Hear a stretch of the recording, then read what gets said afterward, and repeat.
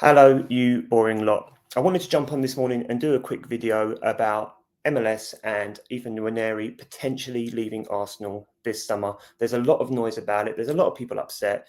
And I wanted to do a video where I looked at it objectively and kind of push my feelings to the side a little bit because my obvious feelings are I don't want them to leave. I don't like the idea of them leaving the club. But I also wanted to try and do something that was maybe a little bit impartial and try to look at it from the bigger picture as opposed to just my feelings about Arsenal. So one of the things I suppose I want to start with is that we support Arsenal Football Club. And I think there's been a lot of energy recently where people have been saying, I don't support Arteta. I don't support Saka. This is not Saka FC. And I think there is an element of maybe we need the same energy then when it comes to MLS and Nwaneri. It's not MLS FC. And ultimately, it's about the bigger picture and what's best for the club. In my opinion, I think MLS could be best for the club. But at the end of the day, I don't have a God-given right to choose who plays for Arsenal, right? It's a case of what I want.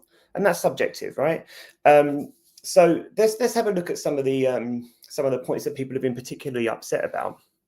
There is a strong argument, I think, to suggest that both MLS and Nwaneri have been mismanaged.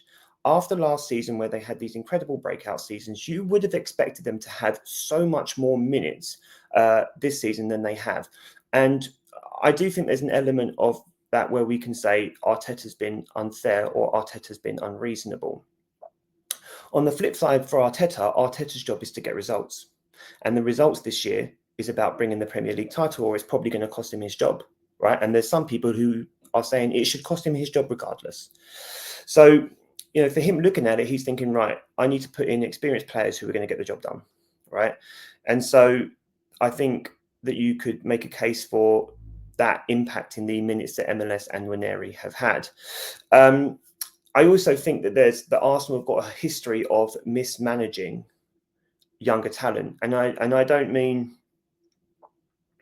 And I do think that there's a bit of a necessity for that as well. So when you look at Arteta and Saka, for example, he's clearly overplayed Saka, and we are seeing the impacts of that right now. We are not seeing a Saka that is at his best, and that's because he's clearly been overplayed over the last 5 years, that it's affected him now, and who knows if he's going to recover. There's also videos in the past of Wenger almost breaking down in tears because of the way that he had to overplay Jack Wilshere and Cesc Fabregas in the early years. And you can see the impact that had on Jack Wilshere. He retired in his 20s, which is just tragic because, in my opinion, he's a better footballer than MLS and Nwaneri are currently showing when he was at, that age. I remember him bossing Barcelona, for example. And so, I think that Arteta and Wenger had different situations there. I think there is a case that Arteta should have done better with his managing of the younger talent, whereas I think Wenger was cash-strapped and he was just playing what he had in front of him because it's what he had. So I do think that you could criticise Arteta for not playing MLS and Nwaneri enough this year, but then I also think the caveat is he's got to get a Premier League title. What would happen if we did sell them? Objectively, you could argue that isn't that just how big clubs behave, right? They use their youth team setup as a way to generate cash so they can get the buy on financial fair play and they can buy the players that they really want. And, the big clubs the other big clubs then have got a history of doing this. I remember when everyone thought Liverpool were mad for selling Jordan Ibe back in the day. Look at the way that Chelsea have used their younger talent and sold them to be able to balance the books. Look at Man City selling Cole Palmer. People thought it was crazy.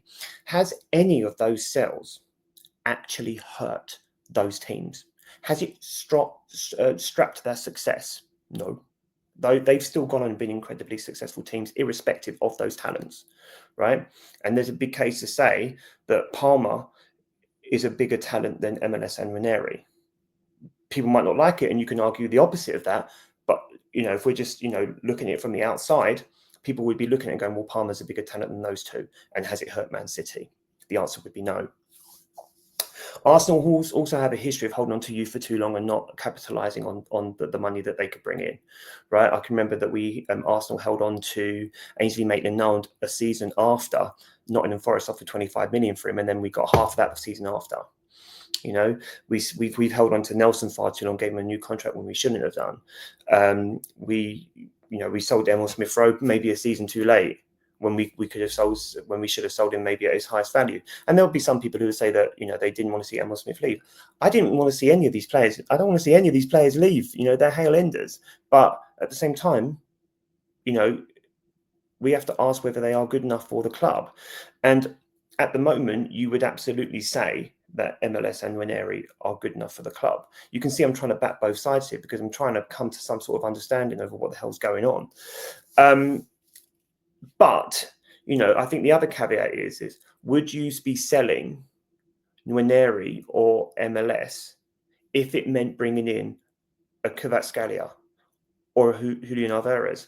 And for some people would be answering yes on this. There'll be people who are just diehard, no, Howland all the way. I want them to stay. Fine. That's your opinion. But there'll be other people going, oh, well, actually, maybe Alvarez wouldn't be the worst thing that ever happened if we sold Nwaneri. Or, you know, bringing in Kvaratskhelia meant selling MLS to balance the books, I'm kind of okay with that, actually. You know? So I think there's a bit of give and take there. However, there obviously has to be other outgoings first if we were to consider selling any of these players, right? You know, so for me, Martinelli should be sold first. Trossard should be sold first. Ben White should be sold first. Fabio Vieira should be sold first. Reece Nelson should be sold first. Jesus should be sold first. Perhaps one of Odegaard and Havertz should be sold first. All of these players, to me, should be out the door before either Nwaneri or MLS leave the club.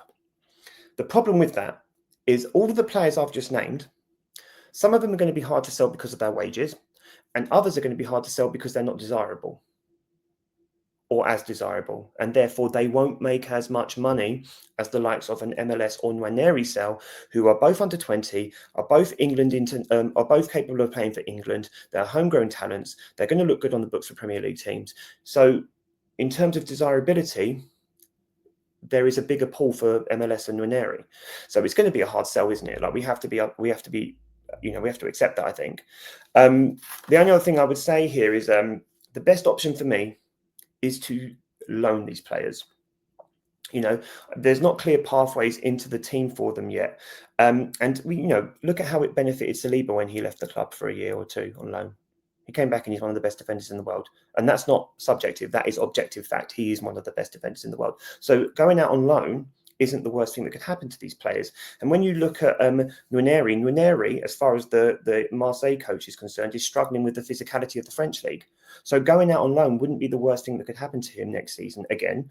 And this time in a Premier League team, right? Because at the moment, he's got Eze in front of him. Right, you know, I don't like this argument that Nwaneri is a right winger. I don't see him as that. I see him as a central as an attacking midfielder. Well, Eze is the person that's in front of him, and you know, you've got to think that Odegaard might go in the next year or two. So he's competing with Eze. He's not competing with Madueke, is he? Completely different profile of player, right? And then on the other side, MLS can then go on loan and build his profile as that central midfielder that we've been dying for him to be. You know, we're not going to see him in the Arsenal team right now as a central midfielder because there's other players ahead of him, especially if Arsenal are looking to sign someone like an Anderson or a Tonali. Best case scenario is for him to go on loan, I think, next season. You know, if we are buying an Anderson and Nottingham Forest stay in the league, maybe you buy Anderson and loan them MLS so he can get his midfield minutes. I don't know. I'm not a Premier League director, right, of football. I don't know how they're going to do that. But the reality is, I think loan probably benefits both those players, because the last thing I would want to see personally is for them to go out of the club and be sold. I can see why a club might want to sell them, but for me, there's other players that should be sold first. And the final thing to finish here, right? Unless you hear David Ornstein or Hands of Arsenal mention that we are looking at selling or loaning these players, it is just media noise, and it comes just as we're about to enter the running to the season. All right. So with that being said, it's not as big as panic stations as we might be allowing ourselves to think. As always, up the Gunners, and I'll see you next time.